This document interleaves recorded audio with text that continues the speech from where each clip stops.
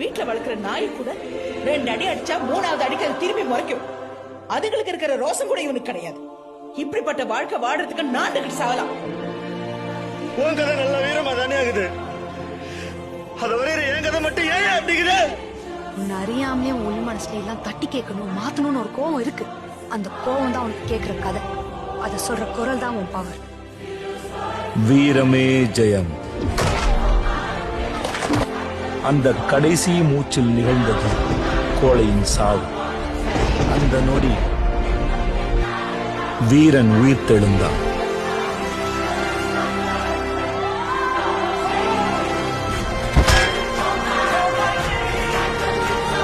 ஒரு கோழை வீரனான கதைதான்.